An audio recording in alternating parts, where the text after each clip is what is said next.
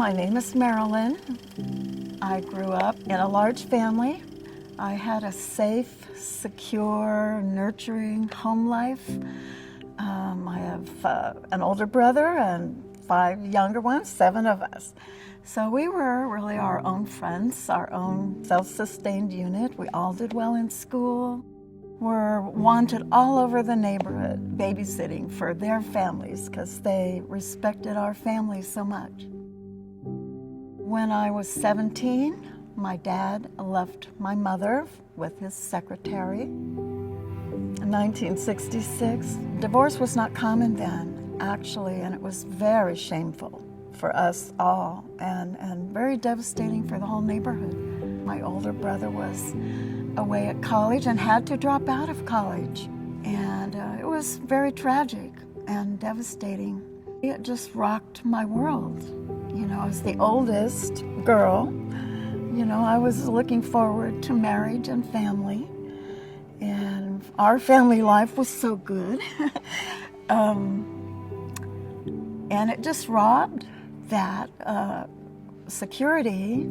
I thought Mom and Dad must have meant till death do us part when they said it.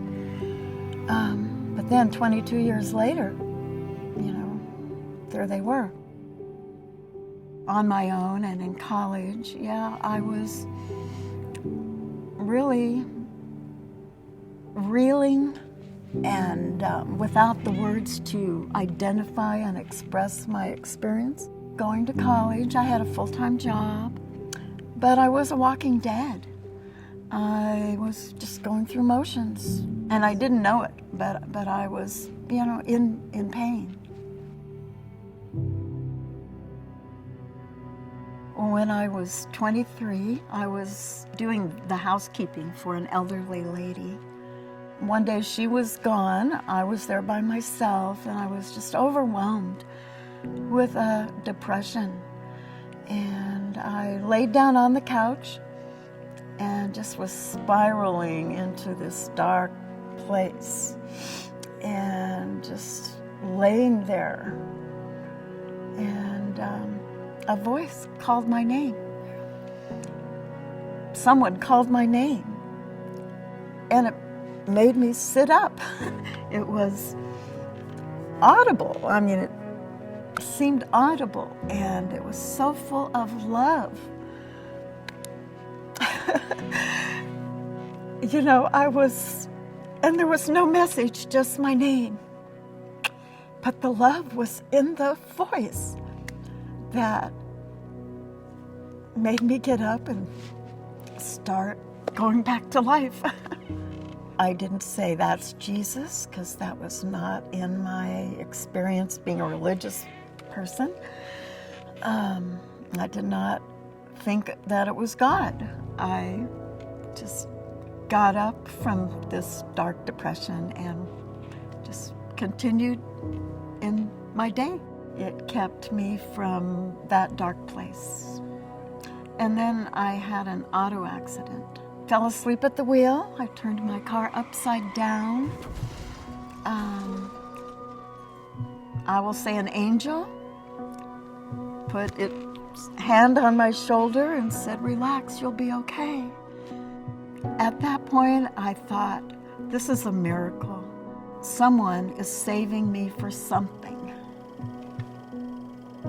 I was maybe on a spiritual quest. I was looking at reincarnation, transcendental meditation, astrology. This was the height of the sexual revolution, the 70s, the early 70s. A pretty unstable time in general for young people. The Vietnam War was controversial. The sexual revolution had opened everything up. Divorce was becoming more common. In 1974, I met a young man, and we were attracted to each other. And he and I went to the pastor there to discuss getting married.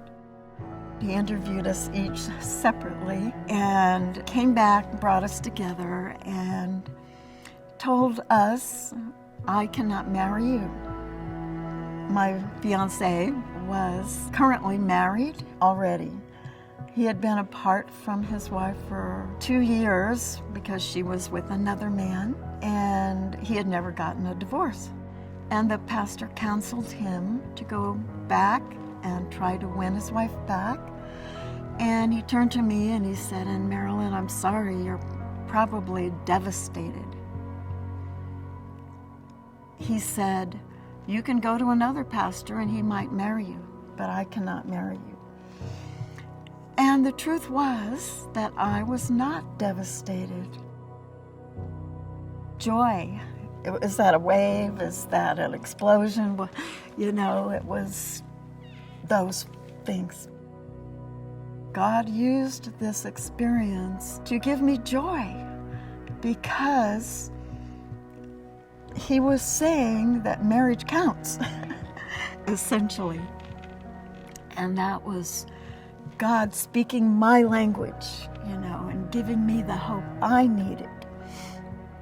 I was joyous, and God gave me a real experience of that verse. You shall know the truth, and the truth shall make you free. I call that my conversion experience, if you have to pinpoint one. I remember walking out in the rain up and down the street, praying and saying, "Lord,